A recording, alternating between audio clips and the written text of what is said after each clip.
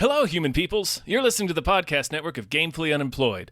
To support us and gain access to great exclusive podcasts like Fox Mulder is a Maniac, Tom and Jeff Watch Batman, Star Trek The Next Futurama, and our latest show, Spiel Boys, head over to patreon.com/gamefullyunemployed. We do game streaming, movie nights with our patrons every Friday night, and you can even commission your own podcast about anything you want. Literally anything, within reason, and we have to do it.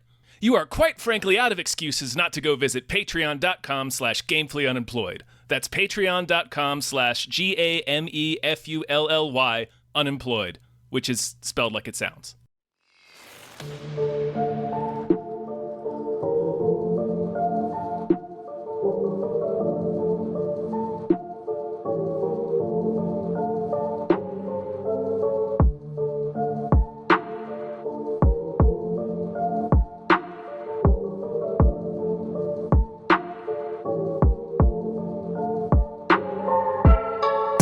Welcome to Screamplay, a show about spooky video games. With your hosts, Tom and John Ryman.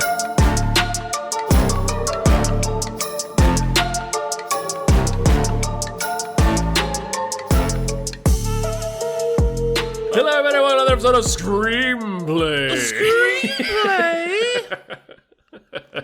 Oh, it's a show about horror video games. I am your co-host, Tom Ryman. I am a second in number of your co-hosts, John Ryman. Oh, me, oh my. We are certainly not recording this for a second time. We're definitely not redoing this for the second time in an hour because somebody's audio file got deleted. I blame Audacity. So do I.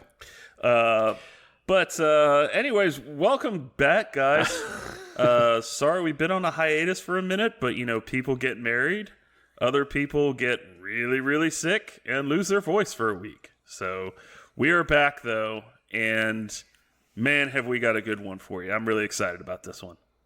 Yeah, this is a little bit of a different episode today because as you probably could tell from reading this before you clicked on it to start listening to it, you big goof. Today's episode is about the 2015 game Her Story. Not my story. Not your story. Not even their story, but her story. Yeah. It is a basically kind of an interactive movie.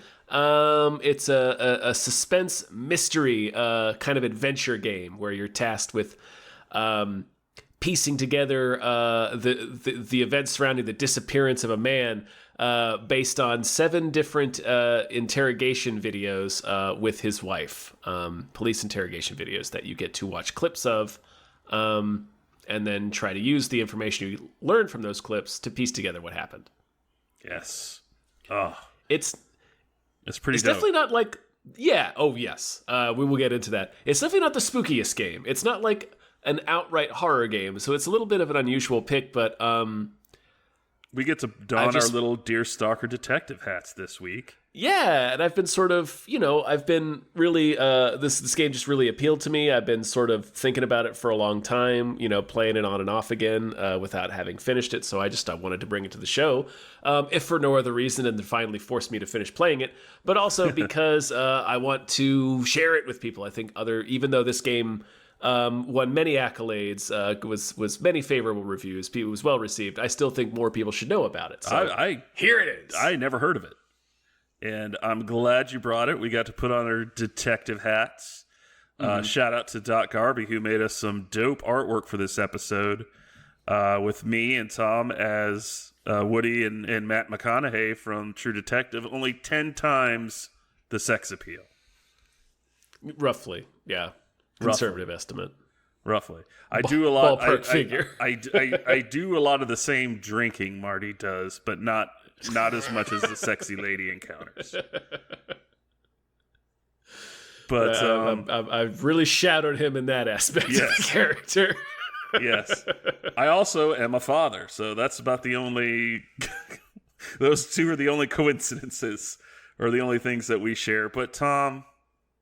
We're in our Chevy Caprice, riding down through the bayou of northern England in Yorkshire. Yeah. Old Mississippi in Yorkshire. The old Mississippi in Yorkshire. Yeah. We have a little bit before we get to our next witness that we can interrogate. And Tom, I just wish you would stop saying odd shit, and instead, time is a flat circle. Tell me a scary story. That doesn't scare you? All right, I'll come up with something better. Okay, her story is a game that places you in the role of an unknown protagonist, detective, sorting through a database of old clips from 7 different interrogations that were conducted back in 1994 surrounding the disappearance of Simon Smith. These interviews are with his wife, Hannah Smith, you come to learn.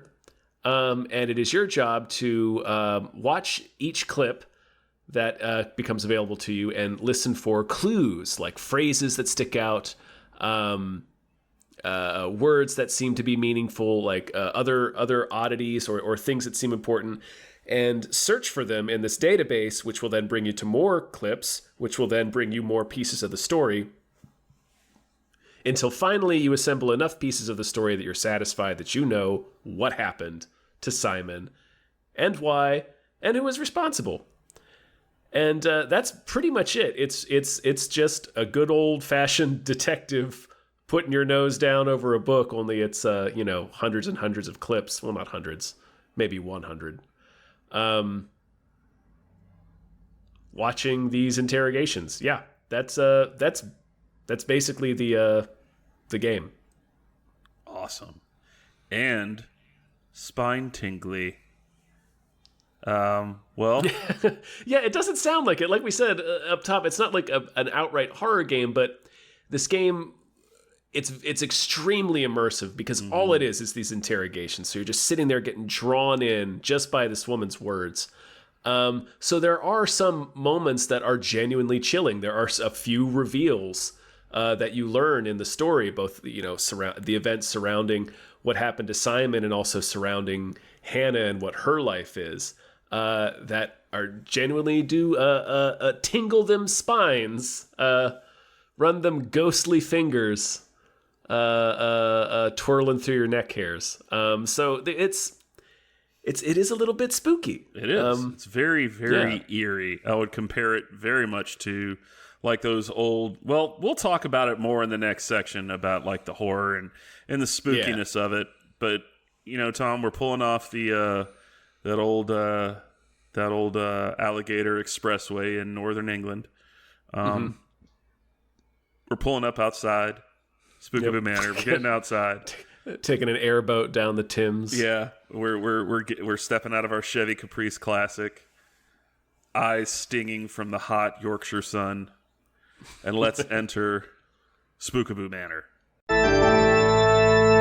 Now I invite you to step inside Spookaboo Manor. Guys, this is the section where we talk about the scariness and eeriness of this game. The spookiness, the booiness. The spookas of the booas. The How manerness. it makes the hair on the back of your neck stand up. And this one did. It's, like I was about to say before we got in here, it reminded me of those older, the Showtime movies, like When a Stranger Calls Back, like, early 90s, like thrillers that you would see late at night that weren't particularly scary, but they would send a shiver up your soul, like, oh. So, right, yeah, they do like one, like it'd mostly be hokey, but there'd be like one idea that was genuinely like, oh, I don't like that. Like, yeah. There's a guy hiding in the wall throwing his voice. Nope. Oh, yeah. No. Not for me. Not for me. No, I don't like that at all. But that's what I really got from this one. And the hats off to the actress in this game, because she really sells the eeriness of it and how she's she's playing two different characters. She's playing Hannah, who is the wife of the murdered Simon, and she's playing Eve, who is Hannah's twin sister. And her performances are very subtle. There's a very subtle difference in between them, and when she changes, it's legitimately chilling. Like when she changes her demeanor or what she's how she's talking, what she's doing. Mm-hmm. Yeah, man, it's just hats off to her. Yeah, a lot of the I also thought this was a little bit spooky. Again, not like traditionally, but it's like it is like watching real interrogation videos, and when like a lot of what's chilling about it, or what's like a little unsettling about it, is the blanks that you're filling in using what you're hearing in the interrogation. So like the tension here, it's not like classic, it's not like being chased by a chainsaw man down a hallway like in The Evil Within, but it's genuine because like the tension you're feeling is like you're totally immersed in the fiction of this story. Like you're totally immersed in the story, so you're feeling genuine tension of trying to solve it. Like it's all up to you. Like the only tools you have are these video clips and what your brain can make of them. So there's that level of tension too, in addition to the sort of, as the story unfolds across the 7 different interrogations that you watch clips of, and more details start to get filled in, and more of the blanks start to get filled in, and you have a little bit more specificity that you're using to like fill in the blanks in your own mind for the story that she's telling. It gets like bizarre and like weird and unsettling, and it's all good stuff. It's not like being chased by a maniac, but it's like with a chainsaw, but it's like being in the room and talking with somebody that would do that. Yeah, it's like reading a maniac's diary. Yeah, it's questioning John Doe from Seven. It's just really off-putting.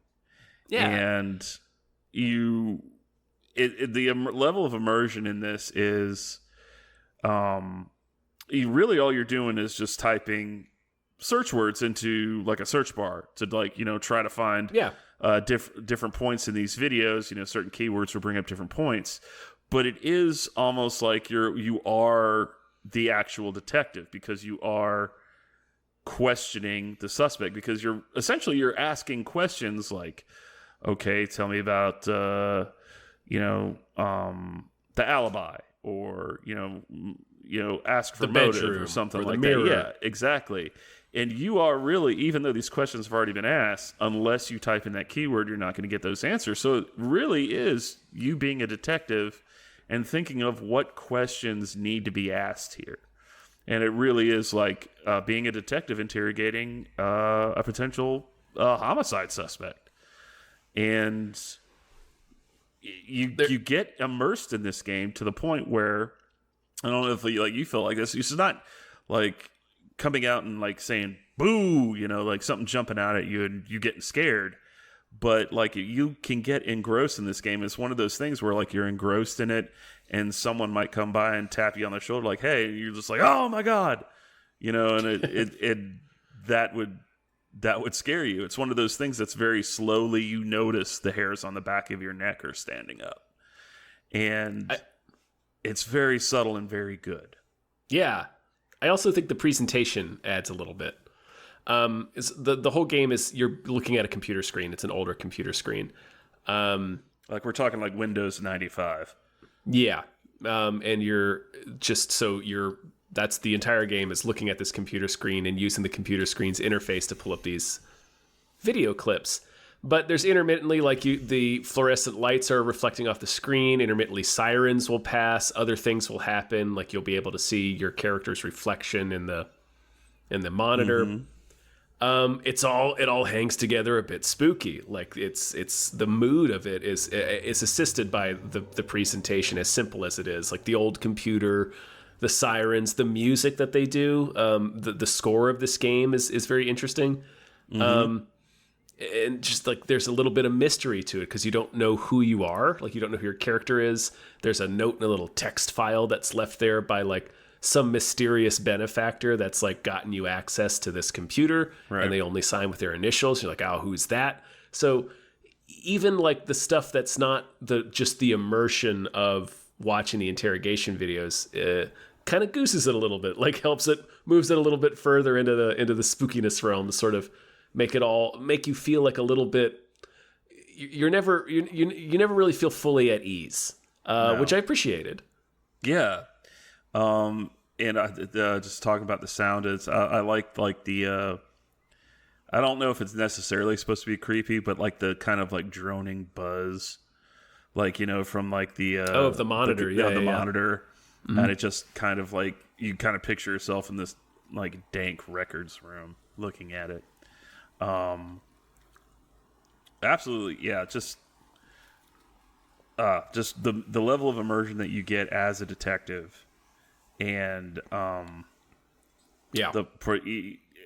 being in the room and trying to figure out, okay, what's happened, and like when you start pulling on these threads, the some of the reveals in here are genuinely chilling. Yeah.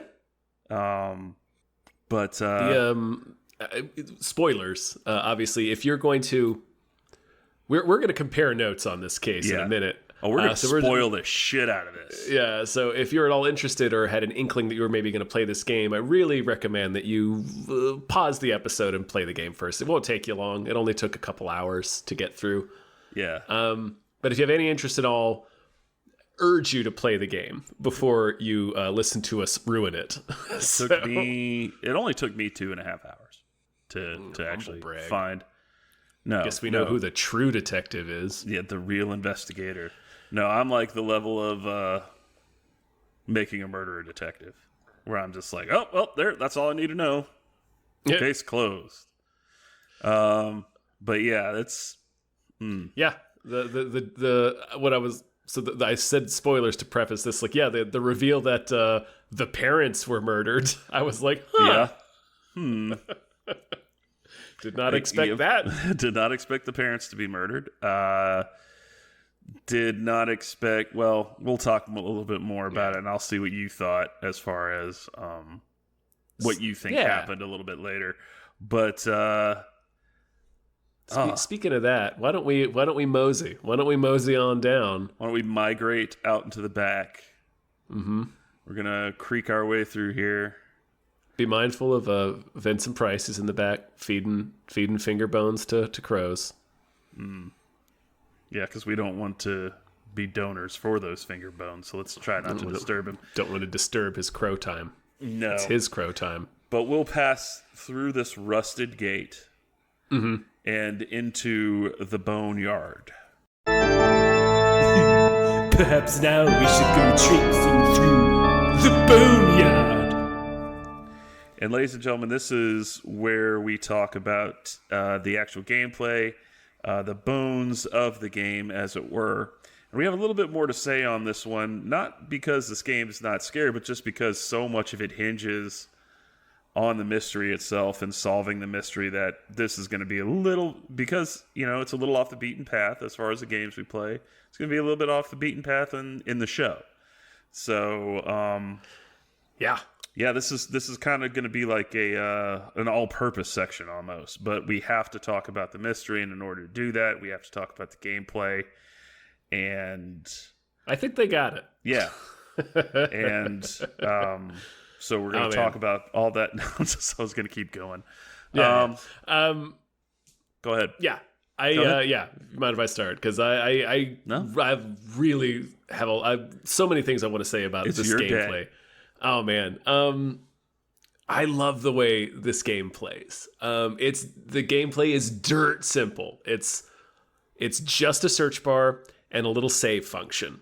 So you have a little bar that you can type in your keywords to look for, and then you have effectively unlimited space where you can save clips that you want to save, that you think might be relevant, that you're going to want to rewatch. And you can also put your own keywords on them. Yeah. You can also add your own tags and keywords to videos so that you can easily find them later. But that's it. That's the entirety of the gameplay. But it's some of the best gameplay I have ever experienced, hands down. It's so damn clever. It's so It really clever. is. It really is. And that's because the game is entirely dependent on the connections that the player makes in their own mind while they're watching the clip. The game doesn't nudge you in any direction. It doesn't point you any place. It doesn't give you any hints. It's entirely dependent on what your brain does with what you're watching. So the player decides what's important and then acts on that decision. And then that ultimately guides your way through the story and through the game. The game never at any point tells you what details are important. You should save this video. Maybe you should search for this word. It doesn't even tell you which solution is correct.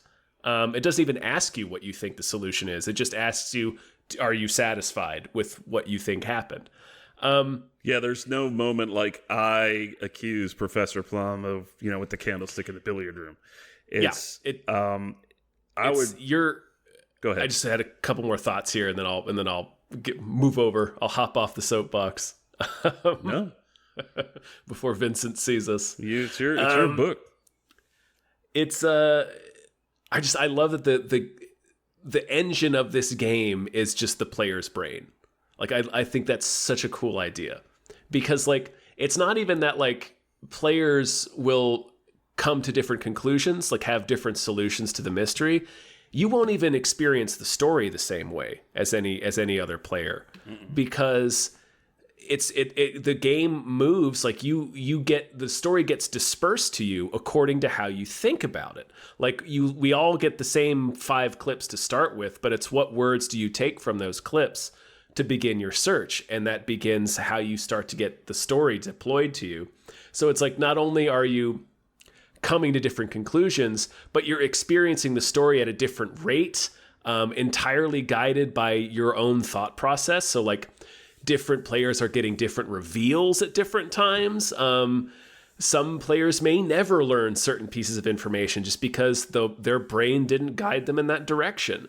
And that's such a cool, clever, just really fascinating idea to me. So like, the game, even though the actual gameplay is just typing words into a search bar, dirt simple, but the game is like expertly designed. This is a real accomplishment in terms of game design, in my opinion. It's such a cool, awesome, totally immersive idea. Really, really enjoyed it. Yeah, shout out to Sam Barlow, the game's creator. He worked on horror games, Silent Hill Origins, and Silent Hill Shattered Memories. So he knows his way around. Yeah, he knows his way around Silent Hill. He knows his way around. Yeah, he knows his way around Silent Hill. But you can kind of tell that because just how the game's overall eeriness and unsettling nature. That's behind. It's getting a lot of Hitchcock vibes in this. To piggyback off what you're saying, it just the way the player's thought process works is huge, because you might start pulling on different strings. Like me being a former police officer, I immediately went to like, okay, alibi, motive, weapon, what was it, and just like not necessarily going for words that are even in it, but like you can think of, well, I want to know what this is, so you can latch onto that and find different keywords on your own without like picking it out in the video itself. Like just throw out a guess, like, well, I want to know affair, type in affair, and that might bring you something back. What's this about a mirror? Stay away from the mirrors. And the mirrors! The mirrors! Get away from the mirrors! A man's died. But I would also liken this game a lot to games like Pentiment or like Disco Elysium, where you're also in the role of kind of an investigator, but it doesn't really tell you like what is important or what you should focus on. They're all more like games like, well, what do you think is important? Well, what do you think you should focus on? And also, when you come to your conclusion, you're like, all right, well, I think this is what happened. I think this is who the killer is. And the game's like, okay, bye. Well, am I right? I don't know. Do you feel like you're right? So it's like, I love well, that's all that games matters, like champ. that. Yeah, I was like, I love open-ended games like that. And honestly, I could play like an anthology of these games, honestly, because they're just, it was so much fun. And, well, they've made a few more of these, so you're in good. luck. Yeah. We'll probably do them. Well, good. We'll do them later on, probably, or at least one or two of them. But, I love the different conclusions and we're probably gonna, and I think we should probably get down to that. But, it's time for us to whip out our detective notebooks and compare notes here. Okay, mine's on the back of a bar napkin from a strip club. Yeah, because I'm Marty.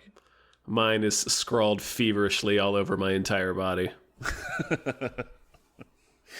Well, I guess we should break down what the case actually is, and like just like even broad behind strokes. my ears, and that's really impressive. Yeah. Oh yeah. So the investigation starts with a lady named Hannah, who has initially reports her husband as missing, but later it's found that he has actually been murdered, and was found in the basement in, I guess, was it several bags or just one? They said several, but it was unclear whether he was like chopped up or just wrapped in several. She initially has an alibi saying that she was in Glasgow in a hospital after, I think, a car accident. Yes. And she is not the only person being interviewed. Also, it's her twin sister, Eve, who is also being interviewed as a witness. It comes to light that Simon wasn't 100% faithful to Hannah, and may have been having an affair with Eve. And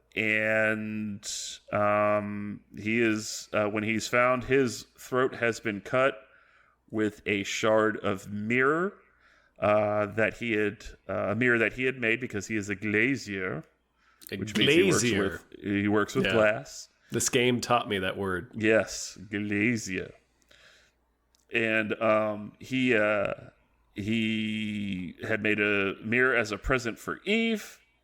It ends up getting broken, and he ends up getting his throat cut with one of the shards of glass. I think that's about the short and skinny of it. Yeah, that's pretty much it. Yeah. So to get started on before we compare notes, Tom, I have a question for you. Yeah, lay it on me. With regards to Hannah and Eve, sisters or same person? They are twin sisters, sir. Interesting. Detective. Interesting. Yes, I think they are twin sisters. I thought it was a case of dissociative personality disorder, meaning that there are two personalities and one person. So I thought Hannah and Eve. Hannah is Eve. Eve is Hannah. They are the same person. Gotcha. But let's go through your theory, because I'm interested to hear why. Because that is interesting. Because I was gonna swear by you agreeing with me. So this is actually good. I mean, there's plenty of evidence to support your theory, but I think that Hannah and Eve are twins. I think that most of the interrogation videos that we see are actually Eve pretending to be Hannah. And I believe by the end of it, by the 7th video, which is the July 3rd video, I think that Eve is the one who killed Simon, and I think that by that point she has also killed Hannah and has taken over Hannah's life. Because she was in love with Simon as well. And she viewed Hannah going out and marrying Simon and getting pregnant as betraying them. And she always hated her for it. So, interesting. I think what the established sequence of events, is it's Hannah's birthday on Friday. Simon prepares a meal and a gift for her. He presents her with the mirror gift. They get into an argument about something, It's either about the gift, which seems to be a lie.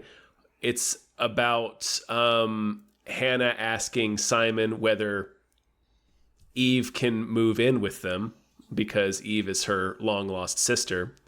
And it's like, can Eve move in with us because she's pregnant?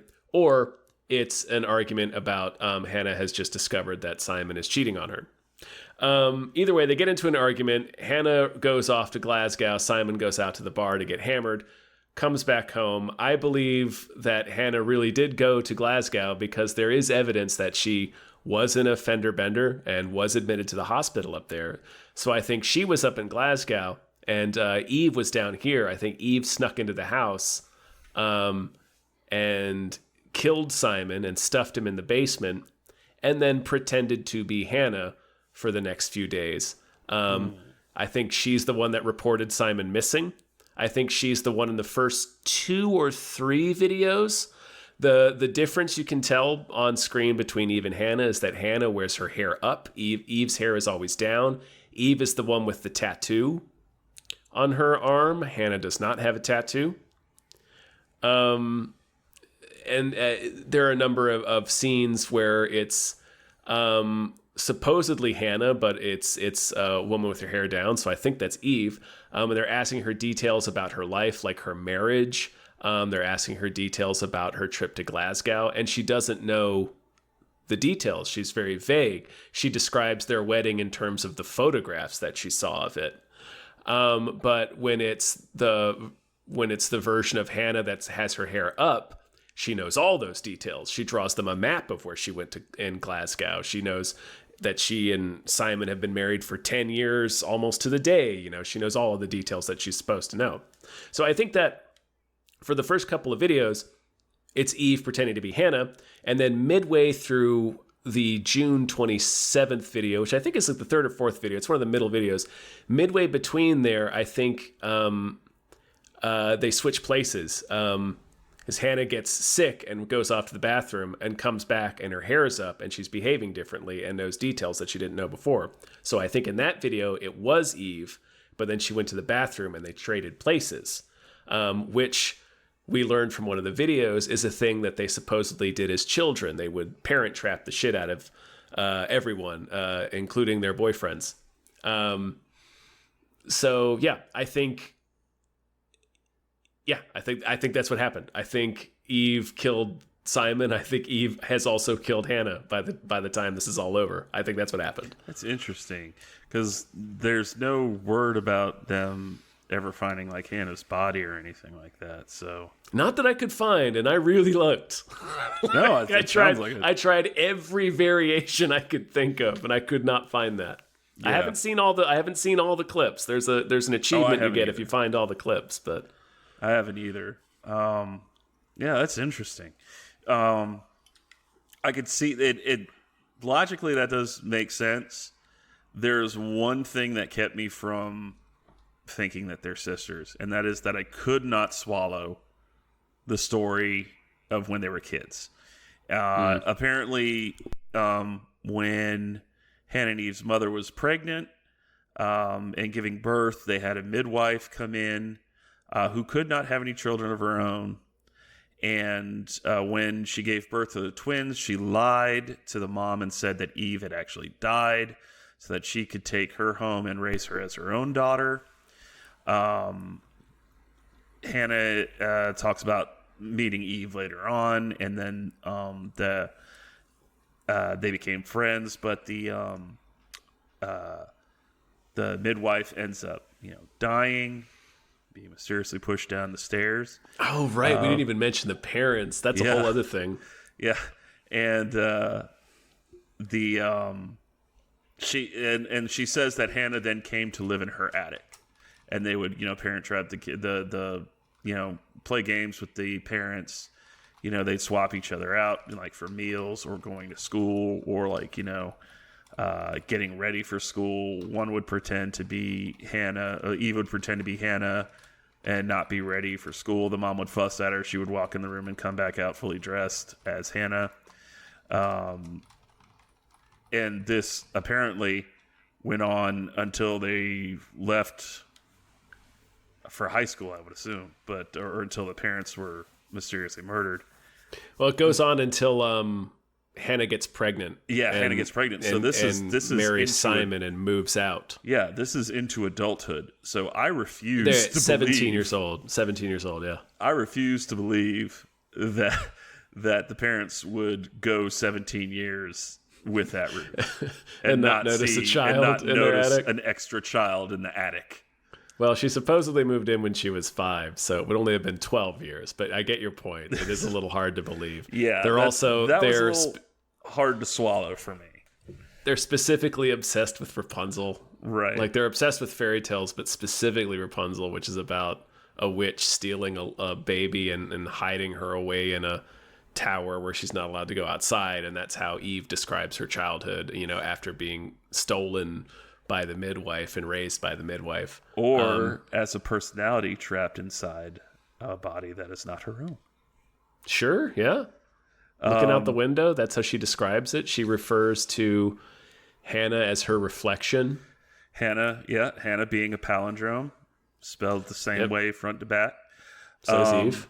So what I think is that Hannah's very demure. She's very timid, very sweet. Eve is more adventurous and outgoing. And when they were throughout their lives, if Hannah was interested in a boy, she was too scared to go up and talk to him and break the ice. So Eve would come out and, do the legwork, essentially, and, get the boy interested and, lay the groundwork for him asking out Hannah. And then Hannah would end up being the one that would go out in the relationship, that would be in the relationship and go out on the dates. And it seems like any time anything stressful comes up or anything she can't handle comes up, Eve pops in to handle the situation for her. So kind of what I think happened. I know you know that Hannah suspects something with Simon is going on. She makes a comment that, he likes blondes. He goes out to the pub a lot. I know he likes blondes. She sings a song, that creepy ass fucking song. About the sisters and the one guy that is only attracted to blondes, and the one sister ends up drowning the other one. It's creepy as shit. And so, like, when I think when he presents her with a mirror as a gift, I think I think as the let me start. As her life goes on, I think Eve has become more and more the dominant personality. And has started going out on her own in a blonde wig, trying to hit up other men. Another. Well, she has a job. She's like singing at bars and stuff. Yeah, she's singing at bars at nighttime. And of course, Simon is conveniently out most times at the pub, so would not be able to account for Hannah's whereabouts when he's gone. You also find out that Hannah has gotten pregnant, and Eve has taken issue with that because she's like, I can't get... And she specifically says she shouldn't have been able to get pregnant. She shouldn't have gotten pregnant. I can't get pregnant. Which, that's what originally, clued me in on it. She's like, well, if I can't get pregnant, it's impossible that she'd be able to get pregnant. I think it was because, the miscarriage and something that having to do with that, Hannah ended up being... barren, and Eve cites having an STD. Yes, that's what she says. But either way, the statement that she can't be pregnant because I can't get pregnant really kind of clued me in on that. I think the mirrors that he made as a gift for Hannah. We also find out that he has met Eve in a bar. Yeah.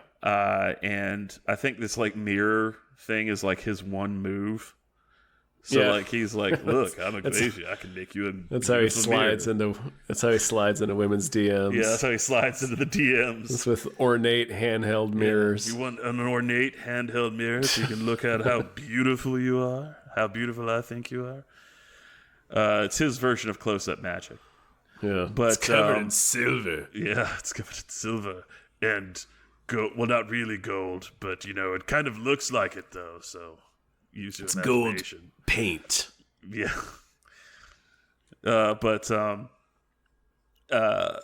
I think she figures out that he's been seeing Eve because Eve mysteriously gets pregnant. She puts on the blonde wig herself to try to trap Simon. Hannah does, you're saying. Hannah does. I think Hannah puts on the blonde wig to try to trap Simon. Mm-hmm. And he presents her with the same mirror. I think, this sounds silly, but this is how I would write it. She sees her face, recognizes herself, and goes into a rage, and then kills him. Hannah can't deal with killing somebody. So who comes in to clean up everything, get their stories together? Because if you notice, their alibis are word for word the same, the exact same. Yeah, so they are. Either they rehearsed it, or it's the same person. I think it's the same person. But because Hannah can't handle, like, oh my God, I killed somebody. What do I do? I don't know what to do. I don't know what to do. Then the personality Eve comes in, takes control of the situation. All right, we need to do this, that, and the other. Because Eve does talk about, I came back and Hannah had done this and was asking me what to do. She didn't know what to do. So I had to step in again and handle it. There's also another clue to it. Do you remember? It's a tape where it's an interrogation. Her hair is up, but it's an interview. Her hair is up. To go to your point about being Hannah, she has her head down and starts tapping on the table. Yeah, they call that their knock code. Yeah, she's doing Morse code, and it says. I actually looked it up online because I was like, well, what does this mean? And it says she's saying love you and bye Hannah, like goodbye Hannah. And then her personality kind of changes after that. So yeah, I mean, like, I think it might seem far-fetched, but I think like the childhood story is more far-fetched than them being, it is pretty being a split personality. Yeah. That she lived in an attic for 12 years is a little without anybody fucking noticing. Like, I would notice. Like, what if they moved? Or did she just hook herself up to the bottom like in Cape Fear? Yeah, probably. Stuff her in a suitcase. Some 7-year-old girl just lashed to the bottom of the car. Yeah, choking on the carbon monoxide. But yeah, that's interesting that we came to those different. I could have sworn that you were going to come to the same conclusion I did.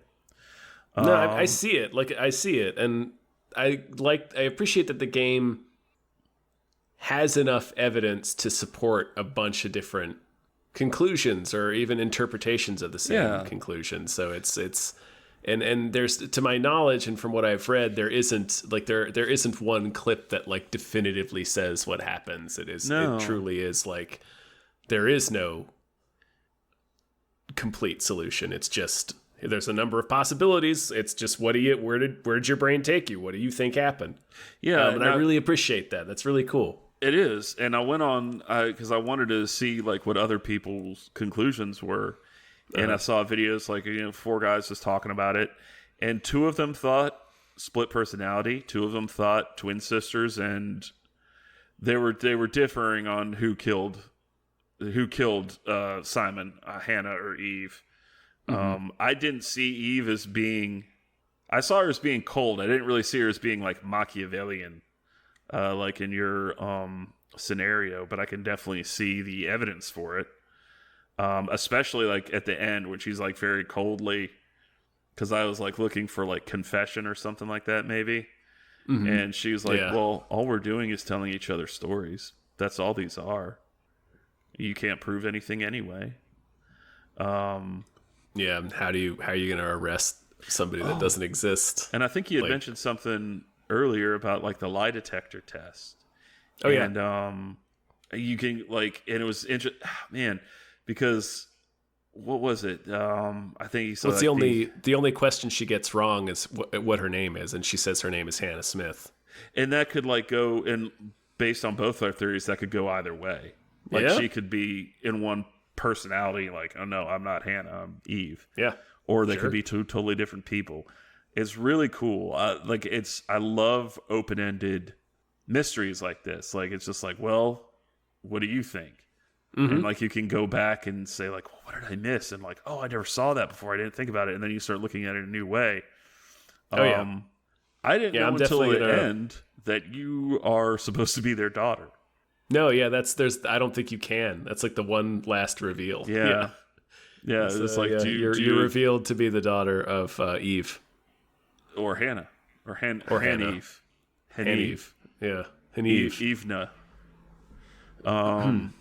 Yeah, that was a curveball, because they're like, "Are you satisfied about the story?" I was like, "Yeah." So you're satisfied about what happened to your mother? I'm like, "Mother, what the fuck?" Yep. Check my notes. That's not in here. I'm not the daughter. Yeah, they really hit you with that. Like you think you're quitting the desktop. Yeah, no. Like, it's like, I've been picturing myself as Woody Harrelson this entire time. What the fuck? I'm like, Sarah? What's a Sarah? All right. I think we're full up on bones, man. I think we got all the bones we can handle. Hop in my wheelbarrow full of bones, Tom. I'll push you the rest of the way. Oh, will do. Yeah. Oh, yeah. I'll use my weight to steer us around any embankments. There we go. And so I'll steer us over into our next section as we get closer to the Cabinet of Curiosities and whether or not we buy this VHS. But first, we have to rate the horror and we have to rate the gameplay. First, we rate the horror using 1 out of 10 spookaboos. Very official, very scientific little scale. Ghosties. Tiny little ghosty boos. That are spooky and say boo. You want to go first or you want me to do it? Lay it on me. Let me hear how many little ghosty boos you give this game. Now, I'm kind of torn because this is an interesting game as far as like what we typically look at. Like I said, it's not really like Friday the 13th or The Exorcist. It's more of like Silence of the Lambs or When a Stranger Calls or The Hand That Rocks the Cradle. One of those things. So judging it based on that, I'm gonna give it 6 spookaboos. 6 little ghosty boos. It's sneaky. Like I said, you don't notice at first, and then all of a sudden it's like, wow, the hairs on my neck are standing up. And the actress Viva Seifert, I don't know if we've already given her name, but she does the lion's share of that work, and it's just phenomenal. In the subtle differences, I think, in the performances of both characters. Me thinking that she's, the same person, that really creeped me out. And the kind of, even underneath, even with her coldness, and even underneath the demure nature of Hannah, I could detect a little nefariousness.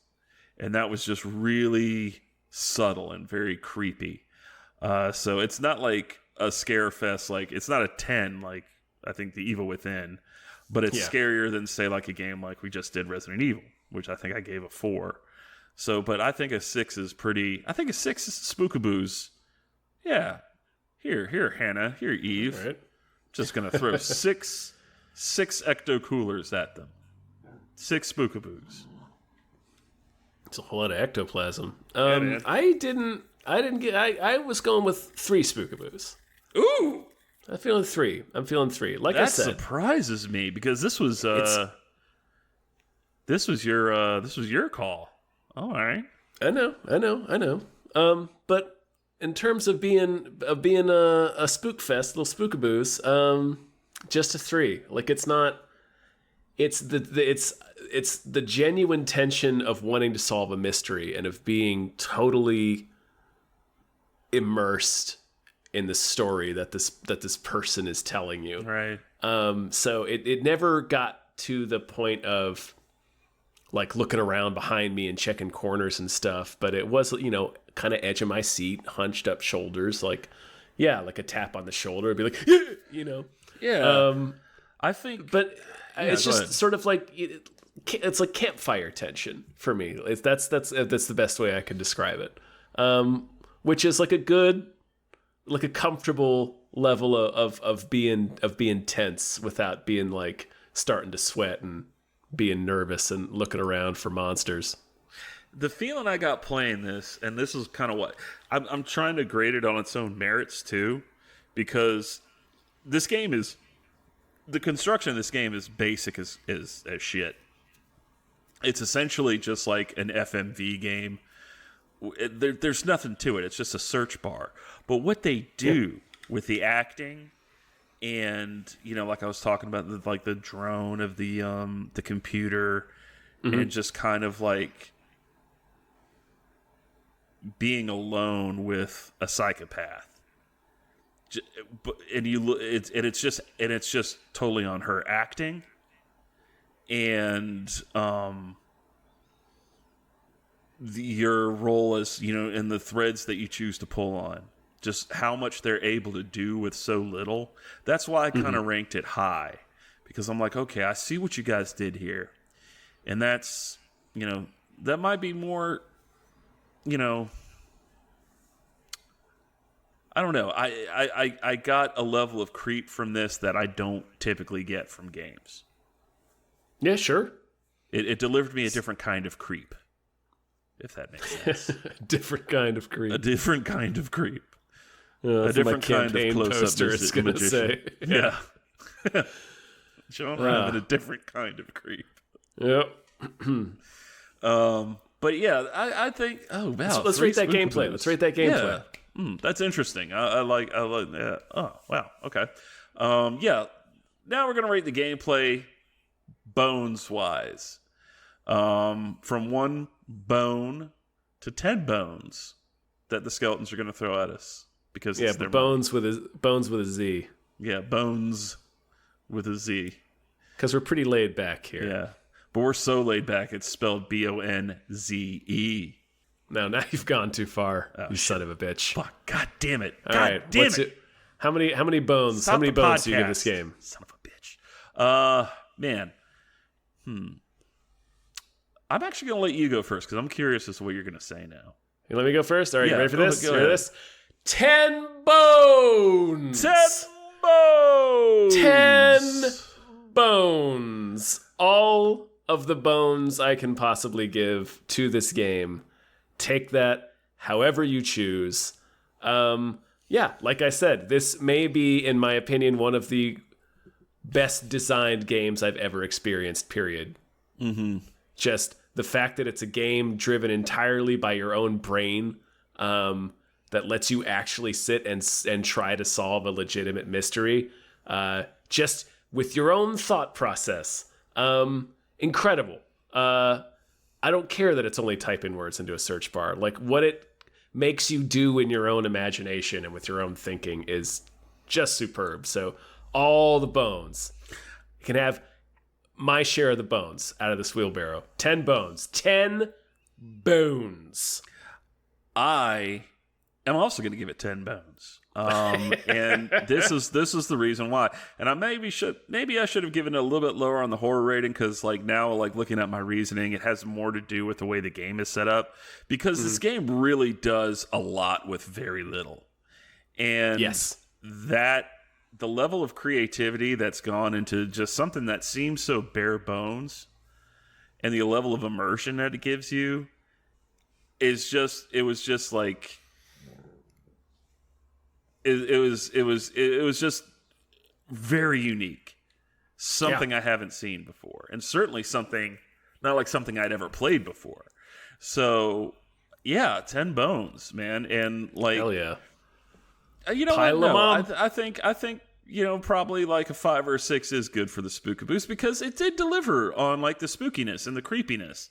Like I said, it's not the same kind of Spookaboos because it's more like a thriller one. But damn it, if these guys didn't do it with just absolutely almost nothing.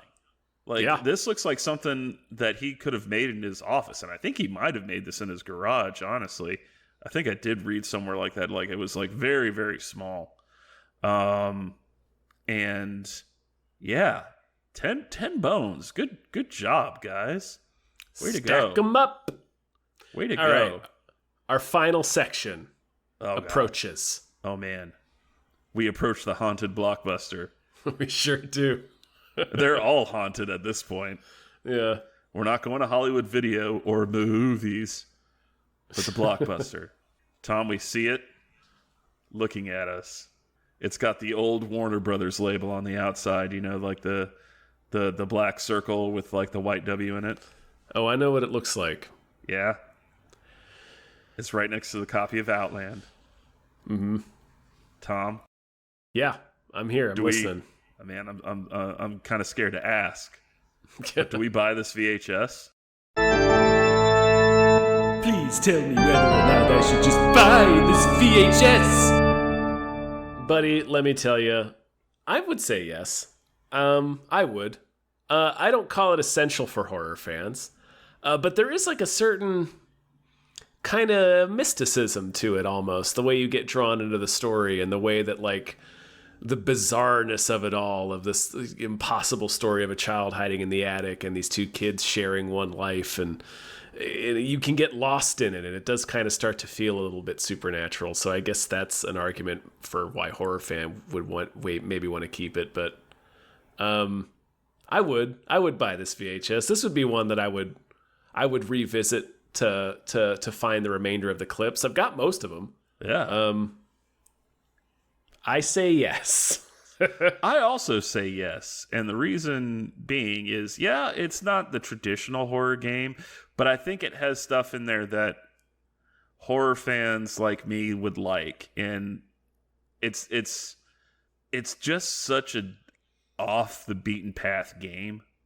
Yeah. And it's just like, I could see it like you buy this VHS and you show it to your friends like, all right, now I know you guys like this other stuff, but I want you to look at this. I want you to try this out and see what you think. Because yeah, I mean, like there's nothing to it, but just like with the level of satisfaction that I had playing this game, I mean, it's a top shelf indie game in my opinion. It's one that I think if you are a true game fan and like, just what the medium is and what it can do, especially in the genre of horror or being a thriller, this is a really interesting one and one that I would recommend to people to play. So yeah, I buy this as well. Put it right next to Silence of the Lambs and Speed. Sure. I was saying it's like this is the first movie I thought of. As to say, it's like handing somebody a Radiohead album. Yeah.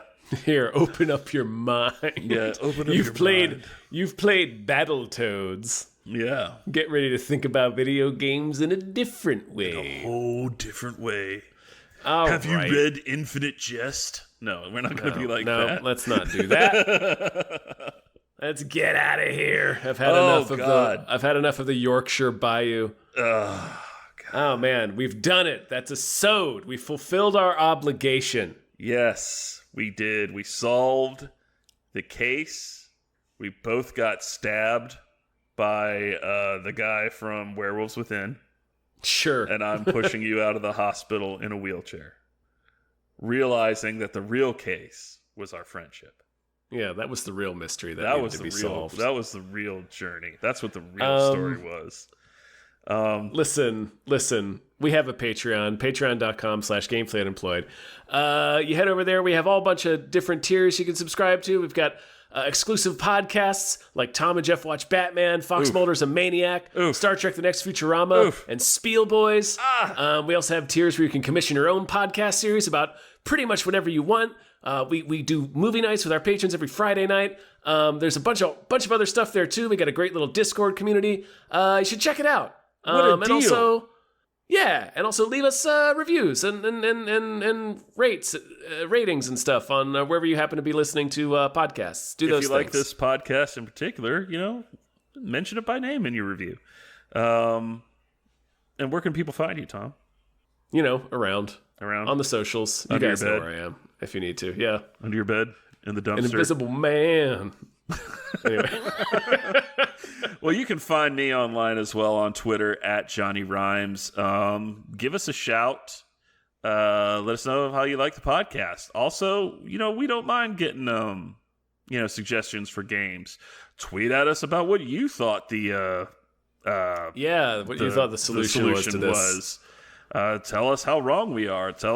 I know why you were fired from the police department, John. You're so wrong. So I love when people on social media tell me how wrong I am. But no, in this specific case, I genuinely want you to tell me how wrong I was about this case. So yeah, maybe the baby. Tell me why I'm off the force. Yeah. But guys, thank you so much for listening, and we will be back sooner rather than later. Thank you so much. Now get the hell out of here. Yep, and we will do the same. Leave.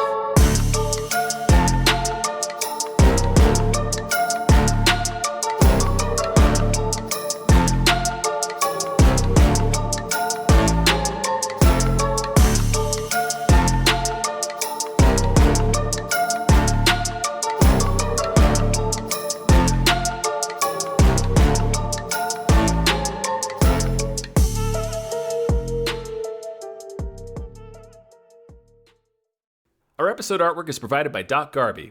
You can follow him on Twitter at _JDBurrows_. Our channel artwork is produced by Michael Vincent Bramley. You can find more of his artwork at Instagram.com/MVBramleyArt.